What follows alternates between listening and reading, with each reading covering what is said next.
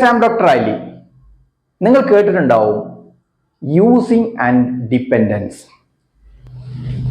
Dependence എന്ന് പറഞ്ഞു കഴിഞ്ഞാൽ ആശ്രയിക്കുക, യൂസ് എന്ന് പറഞ്ഞാൽ ഉപയോഗിക്കുക.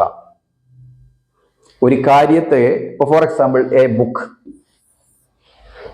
ആ ബുക്കിനെ ആശ്രയിക്കുന്നതും ആ ബുക്കിനെ ഉപയോഗിക്കുന്നതും തമ്മിൽ മാറ്റമുണ്ട്. ഉപയോഗിക്കുന്നതാവുമ്പോൾ ആ ബുക്ക് മുഴുവൻ അവൻ ആവശ്യമുണ്ടാവില്ല, അവൻ ആവശ്യമുള്ളതേ അവൻ പഠിക്കേണ്ടതുള്ളൂ. ഓക്കെ. അതേപോലെ തന്നെ ഫിനാൻസ്. നമ്മൾ ഫിനാൻസ് സ്ഥാപനങ്ങളെ പല ആളുകളും ആശ്രയിക്കുകയാണോ ഉപയോഗിക്കുകയാണോ? ഈസി എക്സാമ്പിൾ, നിങ്ങളൊരു പ്രോപ്പർട്ടി വാങ്ങാൻ വേണ്ടി നിങ്ങളുടെ ഒരു ചെറിയ കടം ഒരു വ്യക്തിന്റെ അടുത്ത് നിന്ന്, ഒരു ഫിനാൻസ് സ്ഥാപനത്തിൽ നിന്ന് വാങ്ങുകയാണെങ്കിൽ you are using the finance, you are using the bank, or you are using the finance institution.